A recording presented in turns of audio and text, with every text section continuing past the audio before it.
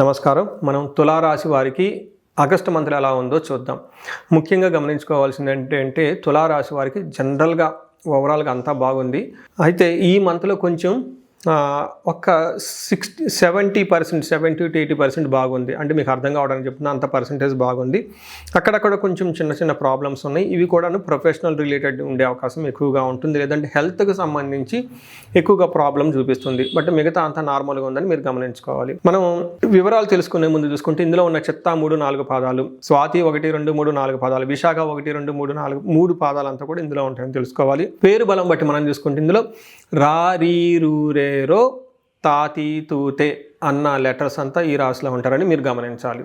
ఇందులో మనకి లఘు గోచారం, సూక్ష్మ గోచారం ప్రకారం చూసుకుంటే మారిన 4 గ్రహాలు, ఒక్కొక్క గ్రహం ఒక్కొక్క విధమైన రిజల్ట్ ఇస్తూ ఉంటుంది. అవి సంస్కృతంలో చిన్న చిన్న పదాలతో మొత్తం ఎలా ఉందో మనం తెలుసుకోవచ్చు. మనకి సంస్కృతంలో ఏమని చెప్తారంటే విత్తలాభం దేహరుజం శేష సౌఖ్యం అర్ధప్రాప్తిం అంటారు.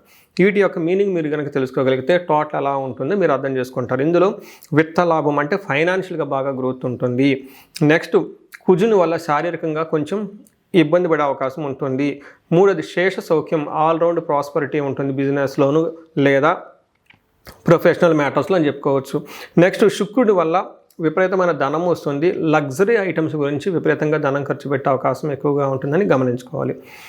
ఇందులో మెయిన్ సూర్యుడు గ్రహరాజు, ఈయన మీకు 11th హౌస్లో ఉండటంతో ఒక 30 డేస్ మీకు చాలా అనుకూలంగా ఉంటుంది. ప్రొఫెషనల్ మ్యాటర్స్లోను, తర్వాత బిజినెస్లోను, అధికారంలోను, తర్వాత పై అఫీషియల్స్ తోటి చక్కగా మంచి కీర్తి ప్రతిష్టలు కలిగి ఉండి వాళ్ళ ద్వారా అనుకున్న పనులన్నీ సాధించుకునే ఒక బెస్ట్ టైం అని మీరు గమనించుకోవాలి. మనకి 11th హౌస్లో సూర్యుడు ఉంటే ఏం జరుగుతుందంటే అర్ధచ్చ స్వకులాచార గృహే నిత్య ఉత్సవం శుభం నిత్యమాధుర్య భుక్తి చ లాభౌ ఏకాదశి గతో రవి అని చెప్తారు. అంటే అర్ధచ్చ ధనం ప్రకారం బాగుంటుంది, స్వకులాచార మంచి మంచి ఫెస్టివల్స్, ఫంక్షన్స్, ఆధ్యాత్మికమైన కార్యక్రమాల్లో పాల్గొంటూ ఉంటారు. గృహే నిత్య ఉత్సవం శుభం, ఇంట్లో ఎప్పుడు శుభకార్యం జరుగుతూ ఉంటుంది. నిత్య మాధుర్య భుక్తిచ్చ, మీకు టయానికి మంచి మంచి ఫుడ్ తింటూ ఉంటారు, లాభప్రదంగా ఉంటుంది అని మీరు గమనించుకోవాలి. అయితే ఇందులో మీరు ఒక్క విషయంలో కొంచెం జాగ్రత్తగా ఉండాలి. పెద్ద పెద్ద ఇంపార్టెంట్ అయిన మ్యాటర్లు, డెసిషన్లు ఈ మంత్ తీసుకోకుండా ఉంటే చాలా బాగుంటుంది. ఎందుకంటే ఇంట్లో అడావుడి ఎక్కువగా ఉన్నప్పుడు, ఫంక్షన్స్ ఉన్నప్పుడు ఇంపార్టెంట్ డెసిషన్స్ తీసుకోకుండా ఉంటే బెటర్. అది అయిపోయిన తర్వాత తీసుకుంటే చాలా బాగుంటుంది. నెక్స్ట్ కుజుడు 9వ స్థానంలో ఉండటంతో విపరీతమైన ఖర్చులు పెట్టే అవకాశం ఎక్కువగా ఉంటుంది. స్టమక్ కేక్ రావటం, తర్వాత శత్రువుల ద్వారా కుజుడు 9వ స్థానంలో ఉండటం వల్ల విపరీతమైన ఖర్చులు పెట్టే అవకాశం ఉంటుంది. రెండోది కడుపులో నొప్పి వచ్చే అవకాశం ఎక్కువ ఉంటుంది. మూడవది శత్రువుల వల్ల బాధలు వచ్చే అవకాశం ఉంటుంది. అయితే మనకు సంస్కృతంలో మహర్షులు ఏం చెప్తారంటే ఎప్పుడైతే కుజుడు 9వ స్థానంలో ఉన్నారో అర్ధచ్చ ఆశనాచ్చ ధనశూన్యం శోషణం దేహపీడనం స్థాననాశనం విరోధంచ నవమస్తే భవేత్ దారాసుతే అంటారు. దాని మీనింగ్ ఏంటంటే శరీరంలో విపరీతంగా వేడి చేయటము, తర్వాత టయానికి భోజనం చేయకుండా ఉండటం, రెండోది దేహం శోషపీడనం అంటారు, విపరీతంగా ఆకలి అవ్వటం, శరీరం అంతా ఎండిపోయినట్లు ఉండటం, ముఖ్యంగా స్థాననాశనం విరోధచ్చ అంటారు. అంటే చేస్తున్న జాబులో కొంచెం ఇబ్బందులు పడే అవకాశం ఎక్కువగా ఉంటుంది అని చెప్తారు. అయితే ఇంకొక గ్రహం మనం చూసుకుంటే శుక్రుడు 12వ స్థానంలో ఉండటం మిక్స్డ్ రిజల్ట్ అని చెప్తారు. అంటే కొన్నిసార్లు బాగుంటుంది, కొన్నిసార్లు బాగుండదని మనం చెప్పుకోవచ్చు. కొన్ని గ్రంథాల ప్రకారం వీళ్ళకి కష్టం ఎక్కువగా ఉంటుంది, దొంగతనాలు జరిగే అవకాశం ఎక్కువగా ఉంటుంది. మీ యొక్క క్రెడిట్ని, మీరు కష్టపడిన హార్డ్ వర్క్ని వేరే వాళ్ళది అని చెప్పుకునే అవకాశం ఎక్కువగా ఉంటుంది. వ్యవసాయం అట్లాంటి పనులు చేస్తే ఆటంకాలు ఉన్నాయని మనకు చెప్తారు. ఇంకొక క్లాసికల్ టెక్స్ట్ ప్రకారం అందులో ఏం చెప్తారంటే విపరీతమైన లగ్జూరియస్ ఐటమ్స్కి, తర్వాత సుఖంగా ఉండడానికి, సౌఖ్యంగా ఉండడానికి, ఎంజాయ్మెంట్కి సంబంధించి విపరీతమైన ఖర్చులు పెట్టేస్తారు. పాష్గా రిచ్గా ఉండే ఎన్విరాన్మెంట్లో ఎక్కువగా తిరుగుతూ విపరీతంగా ధనం ఖర్చు పెడతారని మీరు గమనించుకోవాలి. అయితే ఇవి మనకు 4 గ్రహాల ప్రకారం. బుధుడు వీళ్ళకి 10th హౌస్లో ఉండటంతో ప్రొఫెషనల్ మ్యాటర్స్లో చక్కగా ఉంటుంది, సాఫ్ట్వేర్ వాళ్ళకి చక్కగా బాగుంటుంది, ఫారిన్లో ఉండే వాళ్ళకి చక్కగా ఉంటుంది. ఎక్కడైతే కమ్యూనికేషన్ రిలేటెడ్, లేదంటే స్పీచింగ్, రైటింగ్, తర్వాత ఇన్వెస్ట్మెంట్స్, ఐటీ ఇలాంటి వాళ్ళందరికీ చక్కగా ఉంటుందని మీరు గమనించుకోవాలి.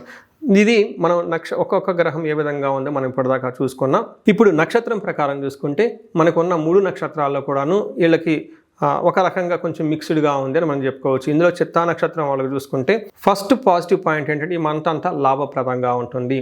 రెండోది పరవాసము, అవుట్ స్టేషన్ వెళ్ళేవాళ్ళు, లాంగ్ ట్రావెల్ చేసే అవకాశం ఎక్కువగా ఉంటుంది. ఫారిన్ ఉండే వాళ్ళకి చక్కగా కలిసి వస్తుందని తెలుసుకోవాలి. అయితే మనకు కొంచెం జాగ్రత్తగా ఉండే విషయం ఏంటంటే మీరు అనుకున్న పని కాకుండా ఇబ్బంది పడిపోతారు, తద్వారా విపరీతంగా భయంతో ఎక్కువగా ఉండే అవకాశం ఎక్కువగా ఉంటుందని గమనించుకోవాలి.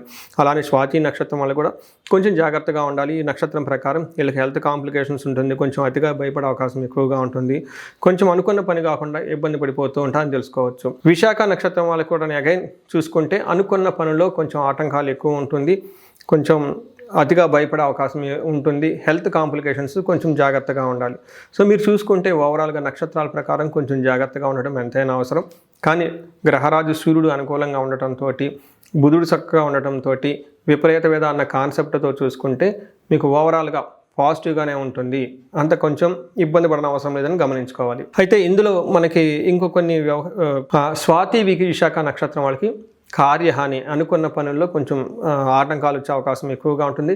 చిత్తా నక్షత్రం వాళ్ళకి పశునాశనం అని చెప్తారు. అంటే మీకున్న రిసోర్సెస్ అగ్రికల్చరల్ ఇలా ఎక్కడైనా కనుక ఫామ్ సీట్లో ఉంటే అంత కలిసి రాకుండా ఇబ్బంది పడే అవకాశం ఉంటుందని గమనించాలి. చూశారు కదండి, మీరు గమనించుకుంటే బాగా ఇబ్బంది పడుతున్న గ్రహాల్లో బుధుడు తర్వాత శుక్రుడు ఉన్నారు కాబట్టి ఎక్కువగా లక్ష్మీనారాయణకు సంబంధించిన దేవస్థానాలు విజిట్ చేసిన, సీతారాములు వారిని దర్శించుకున్న, లేదంటే లక్ష్మీ నరసింహ దేవాలయాలకు వెళ్ళి ఇలా విష్ణువు లక్ష్మీదేవి కలిసి ఉన్న దేవాలయాలకు వెళ్ళి చక్కగా పూజలు చేయించుకుంటే చాలా బాగుంటుంది. దీనితో పాటుగా ఎవరైనా కనుక సుదర్శన హోమం అని ఉంటుంది, ఈ హోమం చేయించుకున్నా చాలా కలిసి వచ్చే అవకాశం ఎక్కువగా ఉంటుంది.